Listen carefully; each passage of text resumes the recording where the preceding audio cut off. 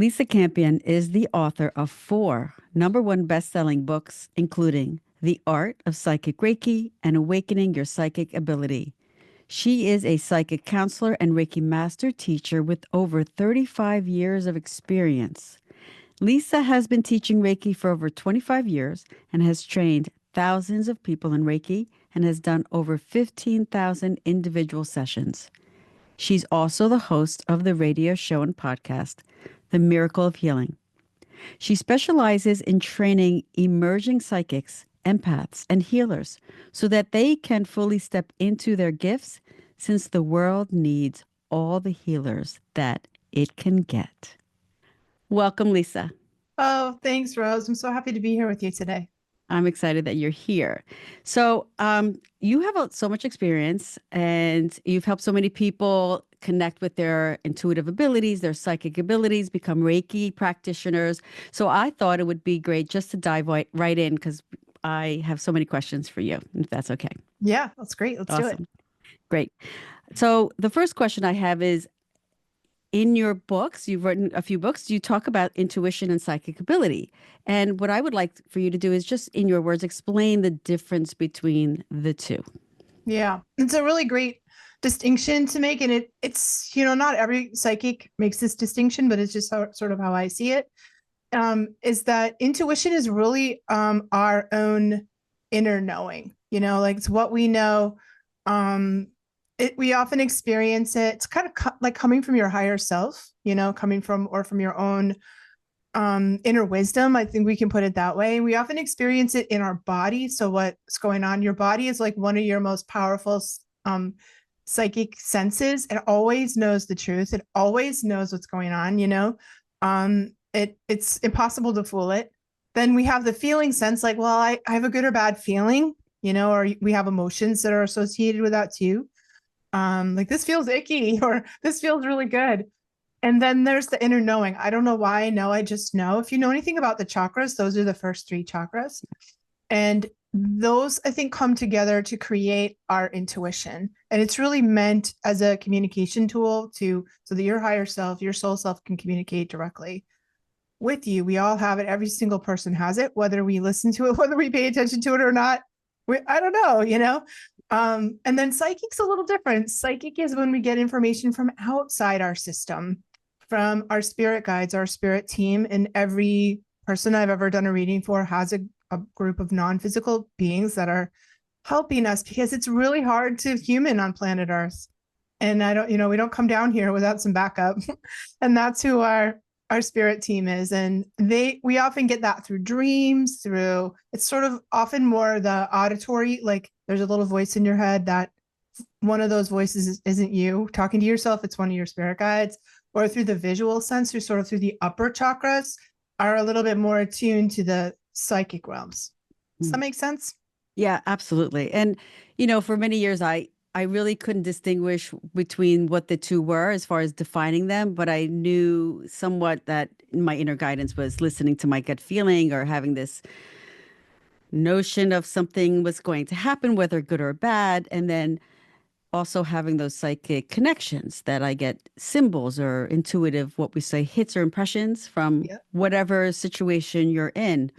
And I know that a lot of people say, I'm not really intuitive, I'm not really psychic, but you say it, and I believe it too, is that everyone has these abilities to some extent. And one of the things you do is you help people to connect with or enhance certain abilities. Can you talk about that from the perspective of teaching people, or how you help people connect with that?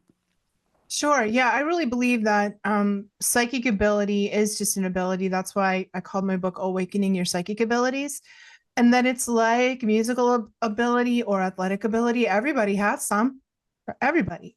It just depends, like I think a lot on how much we have, depends a lot on our life purpose, what we're meant to do in the world. Healers always have a ton. If you're, a yoga practitioner, a healer, Reiki person, you're going to be fully loaded with those because they're really useful in your life purpose.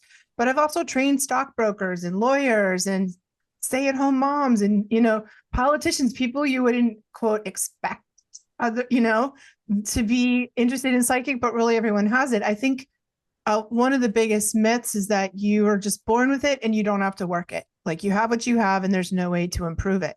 But just like musical ability or athletic ability, we don't expect that. We know that the pros, we see the professional athletes and professional musicians just work like crazy. They practice, they take lessons, and they refine their skills.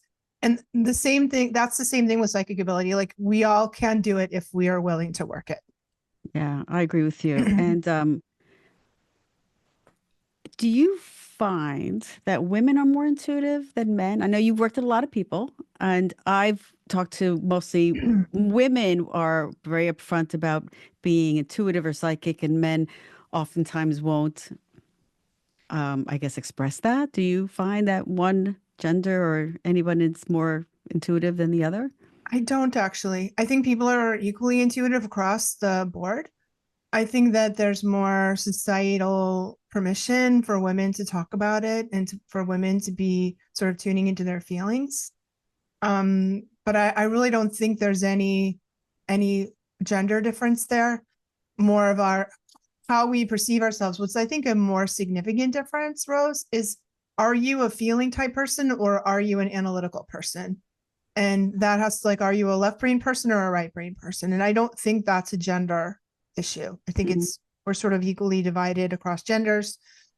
And the people that are identify as more analytical thinking, more of the left brain thinkers, struggle with this a bit more because it's when our a lot of the intuitive senses are about sort of relaxing the analytical part of your mind, of tuning into your feelings and your body, and um allowing sort of the psychic download to happen. And what happens with people who are highly analytical, logical, is the minute that happens, their analytical brain kicks in and goes, what's going on? What does that mean? Like, They try to make sense of it. yeah, we're trying to make sense of it. We start analyzing it. And Right. as soon as we start analyzing it, we shift into the other side of our brain and the download stops. So I think it has way more to do with your natural, inclination of are you left brain or right brain. And I don't think that has anything to do with gender. Mm, that's great. That's a great answer. Yeah. Do you find some people maybe don't trust their intuition when something pops up, or maybe they don't understand what they're feeling? Like, Yeah. what are some of the obstacles that you find there are people when you're working with people? This is one of the biggest barriers that people have. So it's super, super, super common for people to not trust what they're getting. I think the two biggest ones are we don't pay attention. I used to kid around and say, when I write a book on psychic development, it's going to be called Pay Attention. I love that. Yeah, because we have to pay attention, we have to notice. And I feel like there's sort of a conflict that goes on between our logical mind and our intuitive self, right?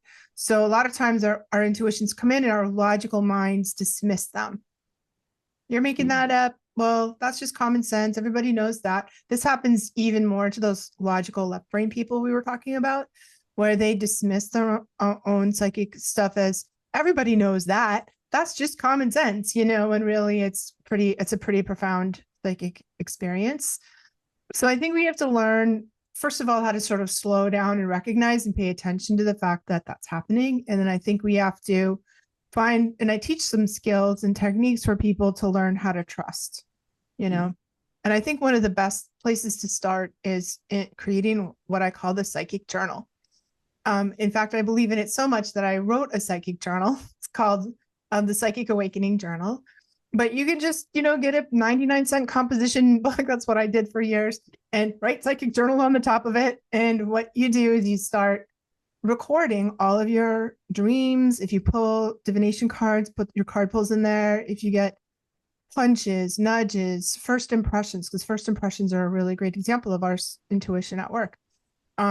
Signs and omens, like all the things that happen, because they're so ephemeral and they're so constant, and we're not paying attention. So putting them in the journal helps us pay attention, and what we pay attention to grows. So I guarantee if you keep a psychic journal for about a month, you will be amazed how psychic you already are. Yeah, I love that. And journaling is just fascinating, or fantastic for any aspect, dream journaling. And Yeah. I think also you see patterns. Once you start writing them down, you're like, Yes. wait a minute, I see these I'm going to say cardinals because everyone associates cardinals with spirit. I see, a certain crystal or a certain object all the time, and that's your intuition, or can be. Your intuition, those are signs and omens, and I think a lot of times what happens is we get an intuitive sense, or we get a message from our spirit guides. You get a message from Dead Uncle Fred, who's going to send you cardinals, or from your angel who likes to drop feathers for you, or we get kind of the psychic impression. And then because we need a lot of proof as humans, our guides, when our higher self will dish up these signs, omens, synchronicities, so we have something to hold on to and believe in them. Like one of my friends lost her son when he was kind of a young man, and she knew she was talking to him. She had a pretty direct spirit connection to him, but she needed proof because it was her son. And he said, I will send you heart-shaped rocks. And literally everywhere she went, she would find heart-shaped rocks. Yeah. She could be walking down, Fifth Avenue in Manhattan, and she'd find a heart-shaped rock on the ground. It's nuts. I've seen her do it a million times. I love that. And yeah, and it was just because she was so brokenhearted that she needed that kind of confirmation that the conversations she was having with her son were real. But I find that combination, psychic hit, sign and omen, to be a really great way for us to learn how to trust that what we're getting is real. Sometimes we need that outside validation or outside confirmation that it's real. Yeah, and it's really healing. And sometimes it's good not to ask for those signs and they show up, but I know people want to see signs. They want that validation. And we were talking about left brain, right brain, and I think there's a lot of distractions now too. A lot of social media, just a lot of noise in general. Totally. What are ways, or what do you recommend? And I know I've read your book, so I know, kind of get quiet and go find a space. Can you talk a little bit about either what you do or recommend ways a person can get in touch with that quiet side? Yeah, we definitely need to make time to tune in.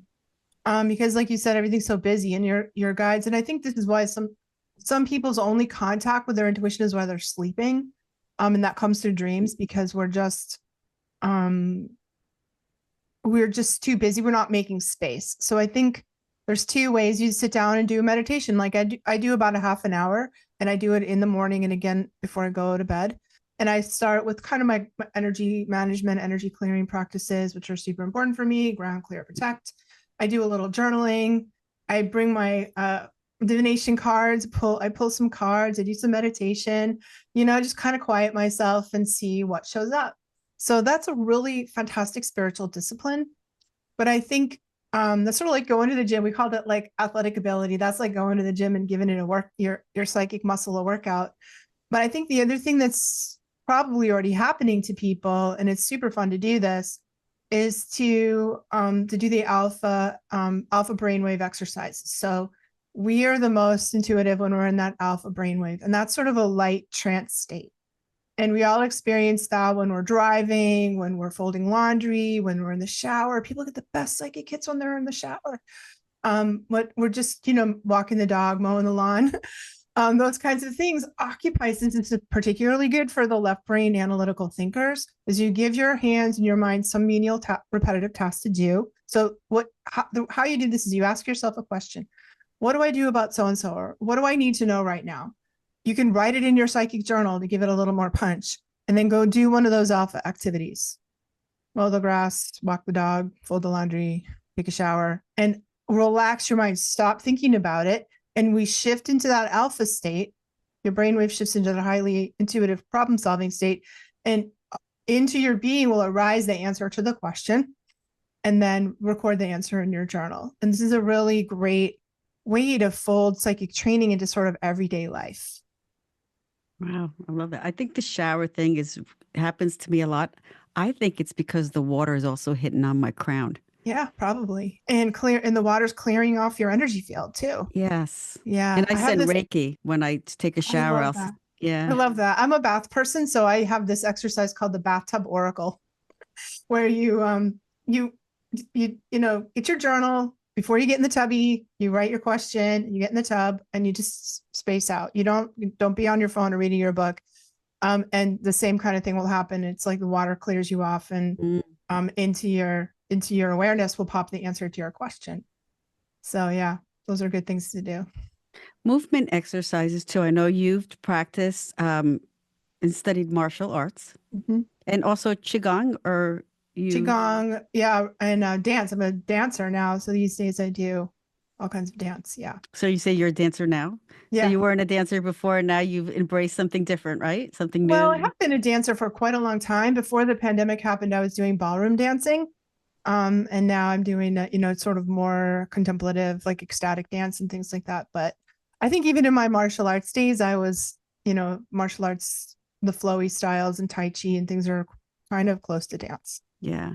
So Yeah. I'm a Qigong instructor. I'm certified as a Qigong instructor Ah, cool. and also yoga teacher and Reiki master. But I found that teaching yoga is great. I love it, but it wasn't doing for my body what I felt I needed, Mm, like as far as movement and the sensation in my body. And I noticed that after practicing qigong and learning more about qigong for several years and the energy component of it, I am more of an open channel and I feel more in my body yeah. when I'm having either intuitive guidance or psychic hits. So it's really, and Beautiful. also it's helped me to stop drinking alcohol, which Yeah. I've always wanted to, but that intention was so strong that it also helped. And Reiki has helped me to release any of that whole, not that I was drinking like a lot, but enough where it wasn't good for me anymore, or that I felt. Yeah. Yeah. I think like we raise our frequency to a certain level through all the things that you were doing, meditation and qigong and reiki and all the good stuff, and then those sort of lower vibe things just don't work for us anymore, Yeah. and they kind of really bring down your vibe and it doesn't feel good, right? As people who are sensitive or sensitives, as you call them, empaths and healers, and do you think that sometimes they're drawn to some of the lower vibe things as a way of grounding them. Like maybe drinking was a way of grounding my energy because I'm always like, I don't know, maybe I'm just always up in the air. Being an Aquarian too, I'm Absolutely. like, Yeah, food also can be something that people find that grounds them when their energy, maybe they don't understand it. totally. Nothing will slam you back in your body faster than a cheeseburger and french fries and I know. a milkshake. Bam, It's you're true. back in your body like whomp. It's true. And I think that oftentimes too, especially the empaths and sensitives will use some of those things to numb out. So there tends Yes. to be like a pull towards addictions to just sort of stop the oversensitivity. Like if you're so sensitive and you don't know how to shut that down, you don't know how to protect yourself, you don't know how to shut down your feelings or block out other people's feelings, there can be a pull to sort of the heavy ground foods and addictions to kind of just numb and shut everything. Right. So Right. that's something that a lot of sensitives have to deal with. And I think smoking is a fascinating one because if you think about it, if you're a smoker, you go outside, you leave the group, you you're outside in nature now these days. You're probably Right. alone. You Right. take a deep breath and then you blow the sacred smoke from the sacred herb all the way through your energy field. Yeah. You might as well just go outside and sage yourself, right? Right. And I I think never looked at it that way. when people learn how to clear their energy, sometimes they can really give up smoking. And any of these other things. Yeah, you know, talking about being sensitive again, also a lot of women or a lot of people, I say women because women are often told you're sensitive or don't overreact. And they're, it's part of who we are. It makes up, like, I know I'm very sensitive and I may overreact over certain things because I just feel nobody understands me. But once you find that this is who you are and your authentic self, and you find these tools to help you, maybe not smoking or drinking, but other better grounding techniques, you feel better overall.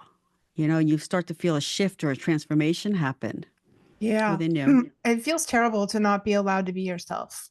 It's exhausting and depressing and anxiety provoking to try and hide who we really are, or to just try to hide that from ourselves and try to hide that from the world.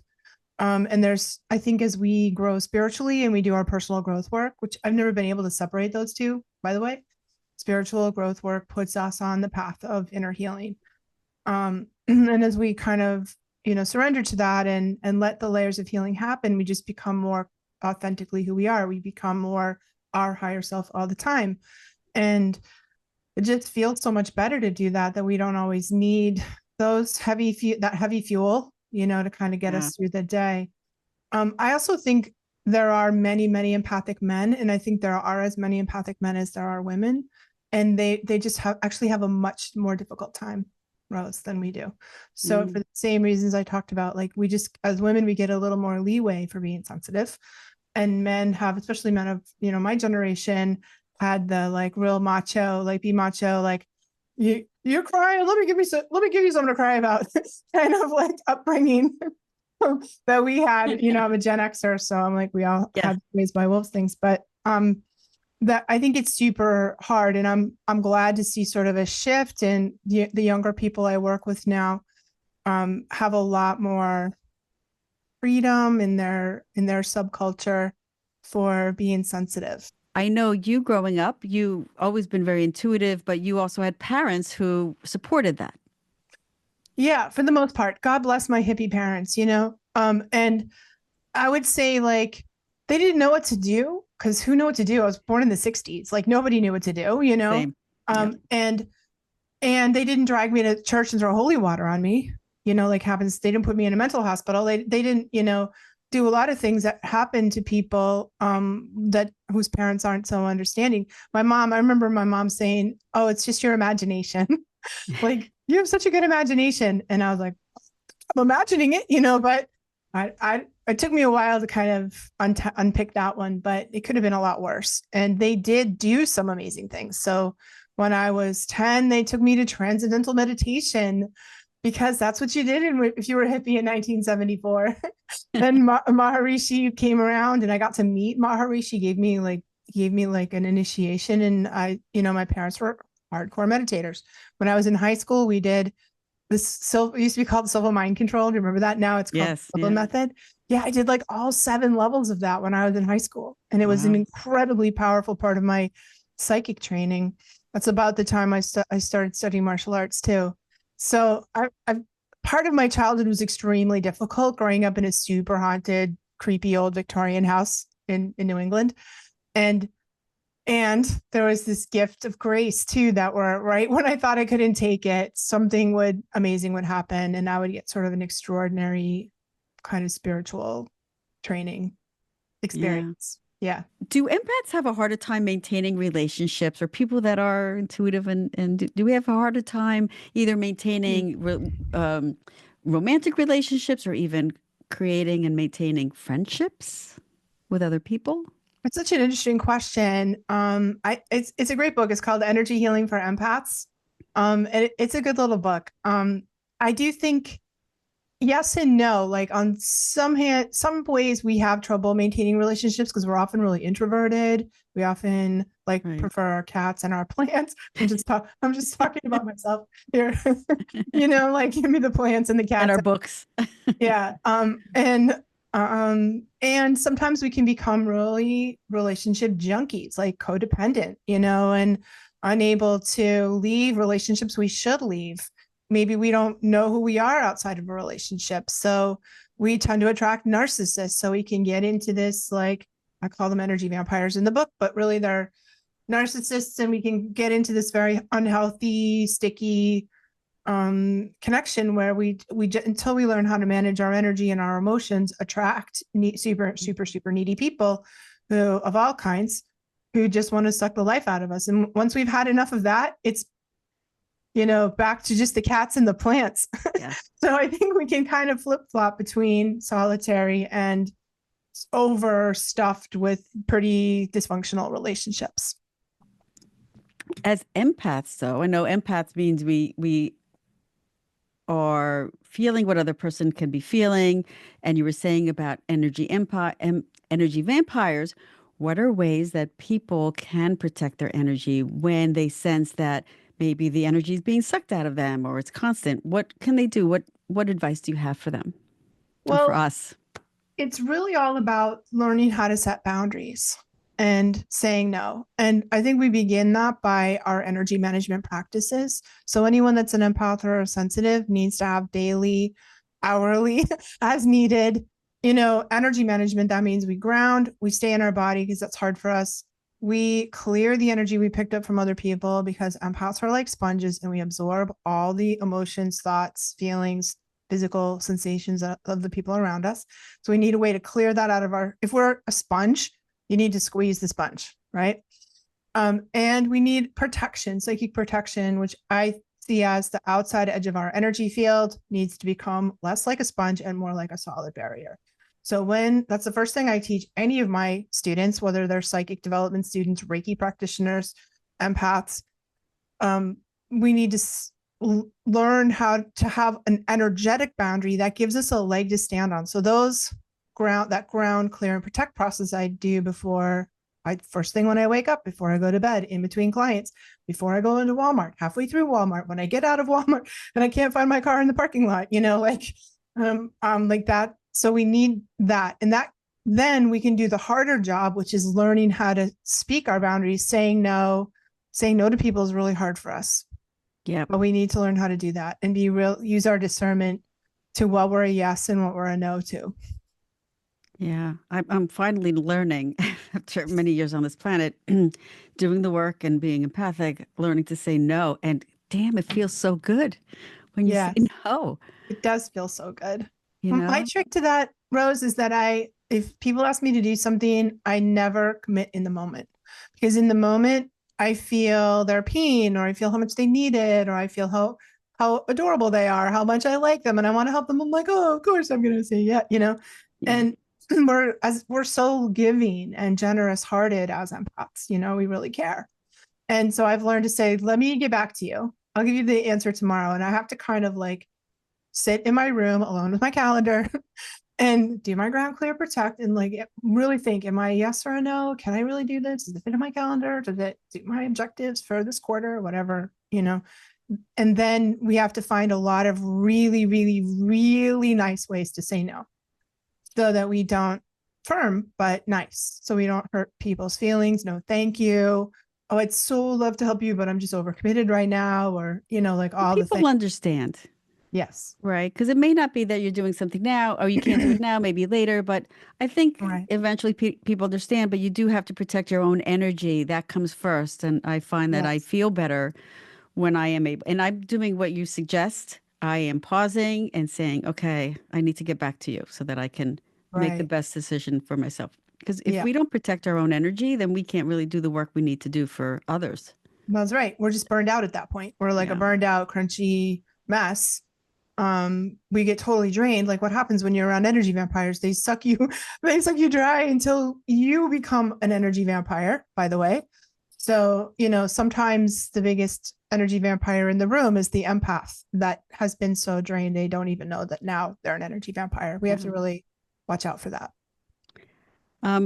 Yes, absolutely. I'd like to talk about, you talked about a spirit team earlier, that everyone has a spirit team, and then there's different guides. And I learned that also there's different guides for different things. Like if you're a writer, if you're an artist, and then you also have some certain guides yourself. Yes. Can you talk about a little bit about these guides that we have, and maybe even, I know you offer ways in your books to connect to them, but maybe some suggestions as well? Yeah, it's one of the coolest and most exciting things I think about doing psychic development work is understanding who our team is. It's just so beautiful and magical. We all have a team, never met anyone that didn't have a team. And often our team is very mixed. So it might be Dead Uncle Fred and a bunch of angels and a few ascended masters and a couple of power animals and maybe some nature spirits. It's so unique for every person. And I think it has a lot to do with our life purpose, our experiences, also who we're calling in, because we can call them in through prayer.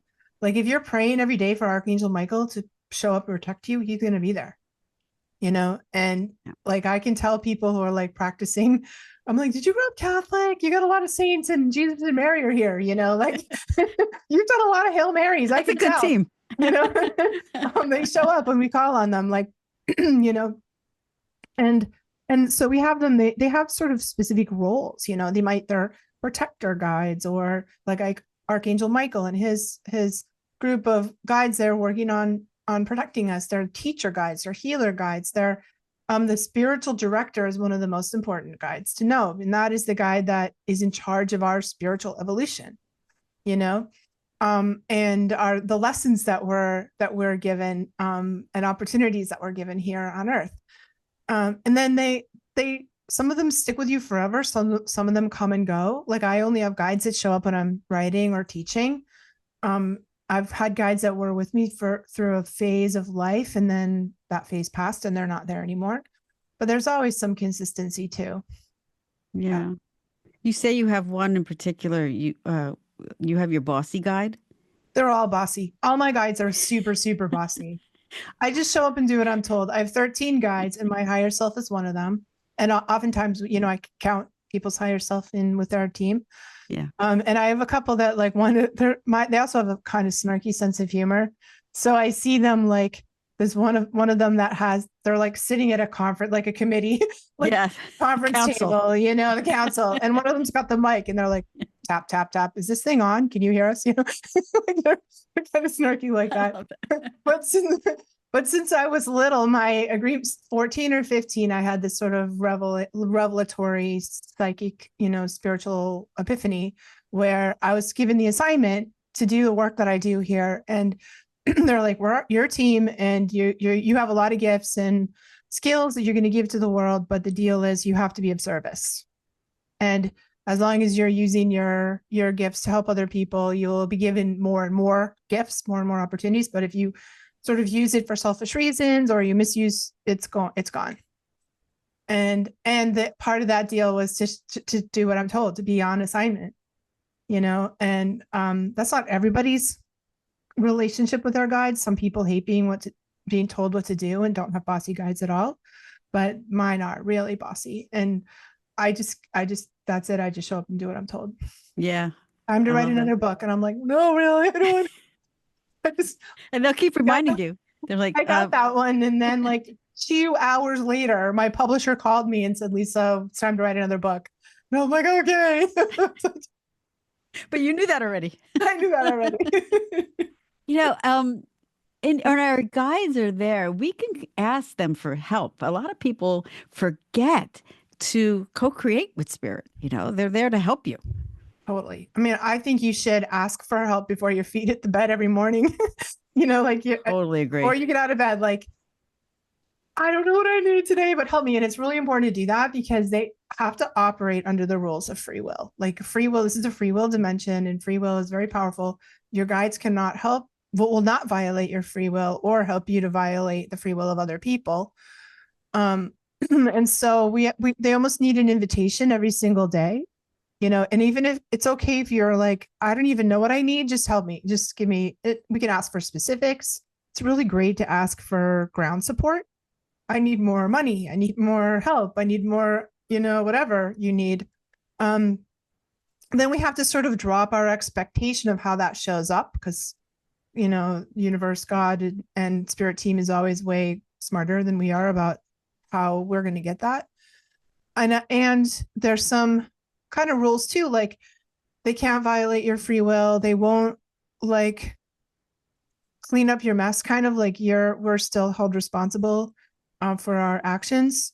They won't take away your lessons for you. Right. Is what would be the point.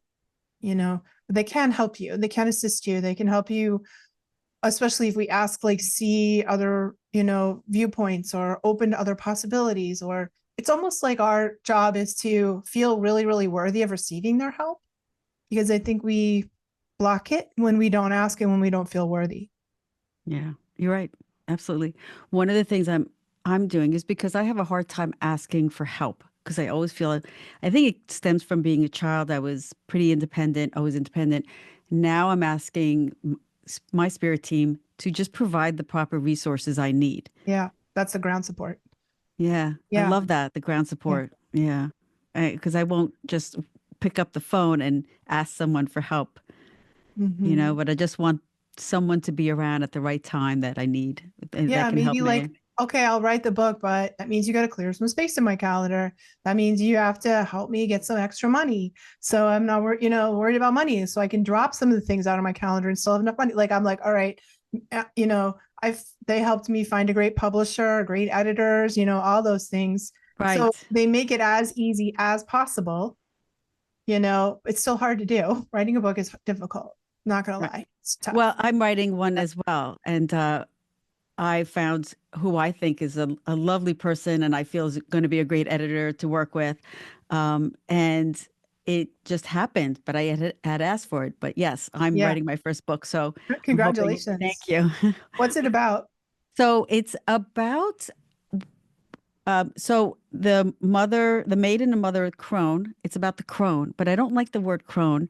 And I woke up one day and I got all these downloads about calling that transition of life for women more of an empress energy. Yeah. Queen And is sometimes what people call it. Queen, but Empress came, and I got Love it. all the downloads came, and I was just writing and writing and writing, and So I good. was like, wow, I'm really going to embrace the energy of this Empress energy and embody it. It's going to have also some other meditations and movement exercises, but also just a guidebook for women who forget that they're beautiful and forget that they're connected and they have so much wisdom and grace and they don't have to look like an or feel like a hag or a crone or that older Yeah. interpretation of what that is. So that's what my book I is love about. it. That's Yeah, so beautiful. thank you. Congratulations. Sounds like the world needs that work. I hope so. I hope so. Maybe that's part of my life work. I Yeah. think. I think so. I'm sure. Thank you. You mentioned at the beginning some oracle cards and other divination tools. What are some that you use? Obviously, you use cards. I love Mm, that. yep. What are some that you don't recommend? Ouija board. Do not use the Ouija board. Don't do it. Um, Spirit boards in general, Ouija board in particular, just a gateway right over to the dark side of the astral plane, the lower astral world. And it's just 8 million horror stories on what happens when you use the Ouija board. Yeah. I think that's really my only don't do. Um, don't take the Ouija board to the abandoned mental hospital. Don't do that. But I think all of the pendulum can be really good. Dowsing rods. I really love to teach muscle testing. So I think everyone needs, psychic students need either pendulum dowsing rods or muscle testing as a way to test. Not for predictive. It's not like I like a pendulum. It's not very good at predicting the future. It's kind of terrible at that. But what it is good at doing is confirming or denying your psychic hits. So let's say you're asleep in the middle of the night and a spirit comes in and you're like, oh, I think that's dead Uncle Fred coming for a visit. Right. And as soon as you think that, you're like, what if it isn't? You go down the rabbit hole of doubt. And that's when you pull out your divination tool, like your pendulum or your dowsing rods. Was that Uncle Fred? And you just get a very clear yes, no, I don't know from your pendulum. And that's where it's really, really useful. And I think like the question you ask about trusting your hit, if you can check all of your psychic hits with the pendulum to confirm or deny, you're going to build a lot more trust in your own psychic hits. And I'm a big time fan of the Rider-Waite tarot deck. I've used that somebody gave me one when I was 16. And I think, but there are many great ones. There's so many good oracle cards. Just like every day, there's new ones that come out that are really great. Runes are fantastic. I Ching. I think whatever you vibe with is all good. So I see an oracle deck in your future. I'm not your spirit guide, but I would love to see you run. I wrote one. You did? Yep. And I had the artist done, and I'm seeking a publisher for it right now. See? Oh, I Oh, can't you're wait. super psychic. That's in the process. I'm having a hard time finding someone who'll publish it. Okay. Well, yeah. I will be the first one to buy it and use Thank you. it. It's really cool. It's a beautiful deck. I'm also working on one with a friend. She's a synesthesia artist, Wow, cool. and we're combining our talents to create a deck as well. And it's really, it's part of what we felt drawn to do and collaborate on. And I love the fact that I'm meeting people and collaborating with people. It's part of this wonderful community of healers that, Isn't that nice? yeah, it's Yeah, beautiful. I love that too. We didn't talk about Reiki and psychic awareness. You wrote a book about that, which I love as well. And I love that you combine the two. I think that once you become a Reiki practitioner, your psychic abilities will start to also flourish and open up. And can you talk about either how that all began for you or or just in general, talk about those Sure. two modalities? Yeah. So I've been a Reiki teacher for 25 years. I learned in 1999. And back then it was a really still weird thing to do, like still pretty Yeah. fringy and edgy. And I was already teaching. So I started teaching Reiki and I was teaching psychic development. And I found that my students would take both. They would take all my Reiki classes, they would take all my psychic development classes. And it seemed to me like a really, really natural pairing. And then one day I got a Reiki student who was like, oh, I stepped back from Reiki healing because as soon as I got my Reiki level 2 attunement, she's like, it opened up like a portal in my psychic ability. And all of a sudden she had powerful mediumship ability. She's like, my room was full of dead people at night and I was seeing colors around people and, spirits were coming into my Reiki sessions and I had an encounter with an angel and I saw something really dark. And she's like, she's freaked out. And she asked her Reiki teacher to help her. And the Reiki teacher said, quit doing that. That's not part of Reiki. We're not going to talk about that. Stop that right now. And so she did. She stopped everything. And then finally she's like, oh my God, I just really need both. And you do both. So what I found, that's when I wrote my book, The Art of Psychic Reiki, in 2018. And I've found, like, I always say that Reiki, yoga, and meditation are the 3 gateway activities that will open your psychic abilities, and and do. So if you have a lot of natural psychic ability and you start meditating, you start doing yoga, you do Reiki, it's going to pop open. And it's good that it does because especially for Reiki practitioners, it's a fantastic add-on, and your empathic abilities too. All of those are part of the toolkit of a healer. And isn't it an incredible opportunity for you to add another level of beautiful healing and provide value and service to your clients if you can use your own intuition in the middle of a Reiki session or facilitate a communication between angels, bring in the people's guides. And it's just so good in every single way to be able to add that. And then the traditional Reiki training, it's not a thing. It's not part of the conversation. And so many Reiki, less now, but still, I still hear this story a lot. So many traditional Reiki teachers just have nothing to say on the topic. And they're just like, stop that. And yeah, I use both of the modalities. I mean, it's such a gift of healing for people, Right. and they go together so well. And we need help accessing it. So it can be scary, confusing, frightening, especially if you have that idea that it shouldn't be happening, psychic's the devil or like it's not good. Then we shut it down. I don't think it goes well for people who have a ton of ability who keep shutting it down. It ends up, creating depression or just making you go a little nutty if you have a ton of psychic ability and you shut it down hard. So, because I think we're meant to use it.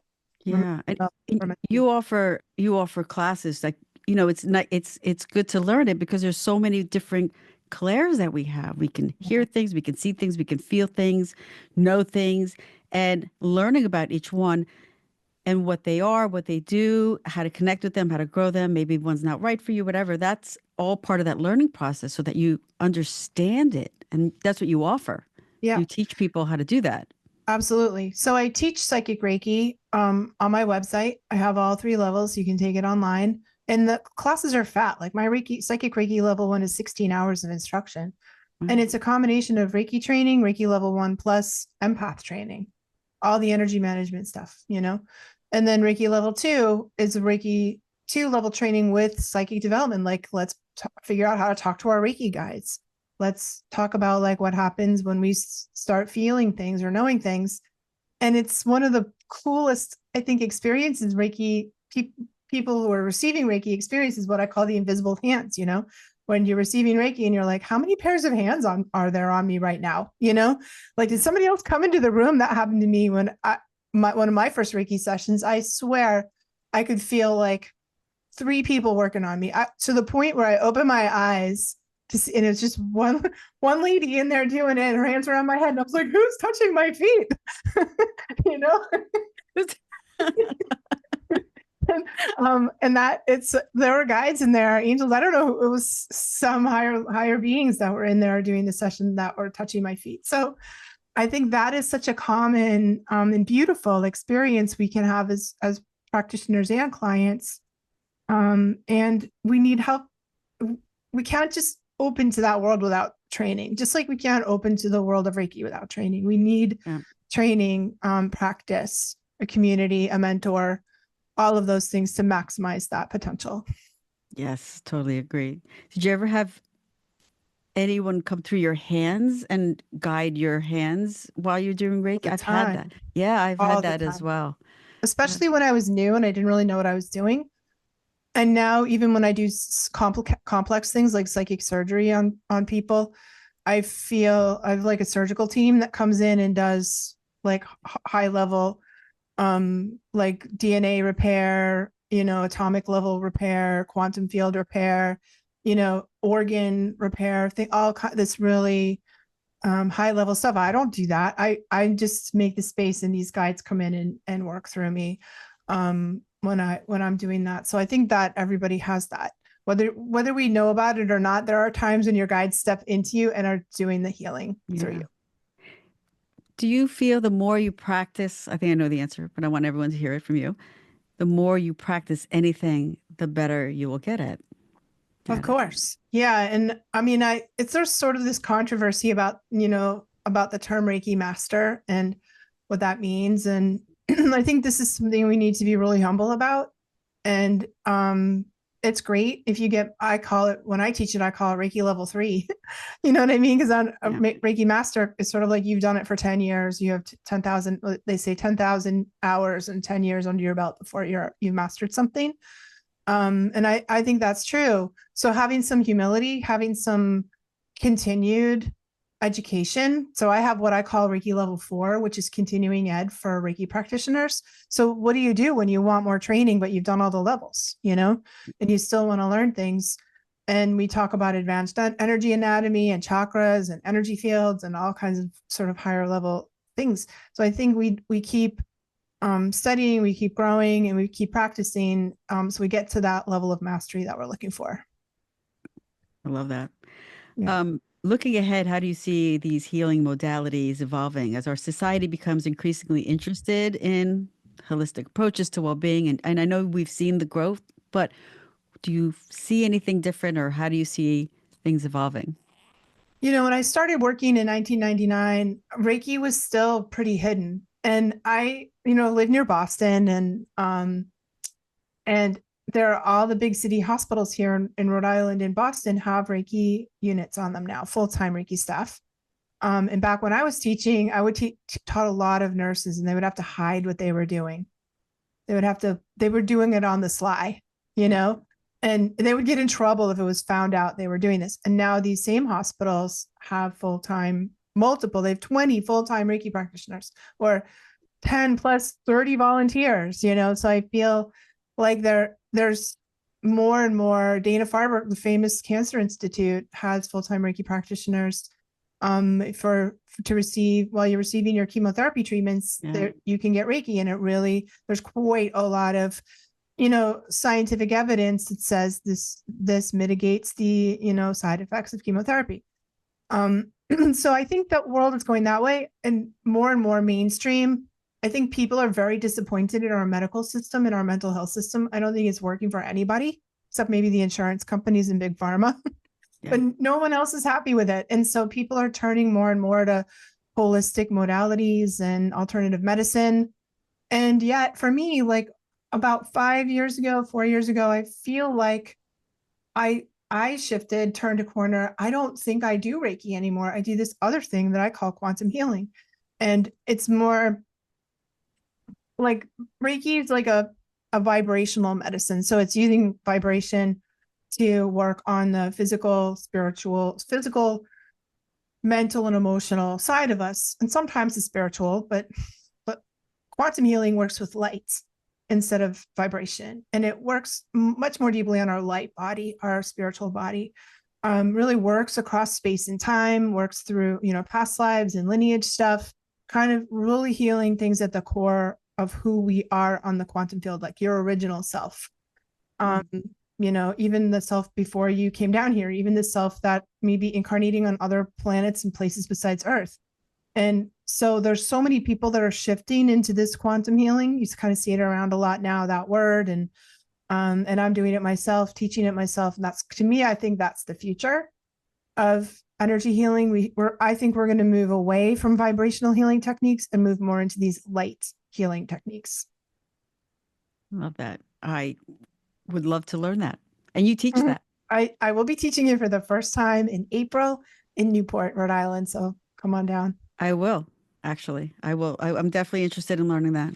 I love that. It's pretty cool. Is there anything else you'd like to talk about before we wrap up? Any offerings besides the quantum healing one in April, which you have? I know you have a lot on your website. We do. Yeah. So besides having all of the levels of Reiki, I also have lots of psychic development programs from beginner, intermediate, and to like pro level. So I think the coolest thing that I do is I have a year-long apprentice program that helps take people, give you everything you need to be a professional, intuitive energy healer. And it, I had to do it all alone because it was like 1987 when I started working as a psychic. And I knew nothing. I had no help. There was no internet. Think about it. Right. No books in the library, no podcasts like this, nothing, zero. Right. And ever since then, I've had to sort of forge ahead, bushwhack up the mountain and find my own path. And it was really hard for a lot of it. So I feel like deeply passionate about helping my mission in life is to create an army of healers to go out there and save the planet. And anything now more than ever, I think there's more healers on the planet than ever has been. And I don't want people to have to struggle and thrash around and do it alone and make all the mistakes like I had to. If I can help other people learn the easy with more grace and ease than I did, that's really my passion. So, and I love that apprentice program because you can really buckle down and do what I think you need to go pro.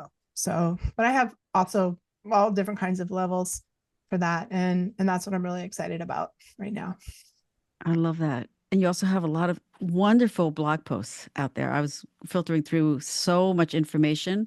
So I'll share everything with the audience in the show notes. Yeah. And I want to thank you for taking the time of your very busy schedule to be here. I was so looking forward to talking to you and connecting with you. And I'm excited to have everyone listen and learn more about you and your offerings and all the beautiful things that you're doing. So thank you so much for being here. Thank you for having me today. I really appreciate the conversation. It was really fun.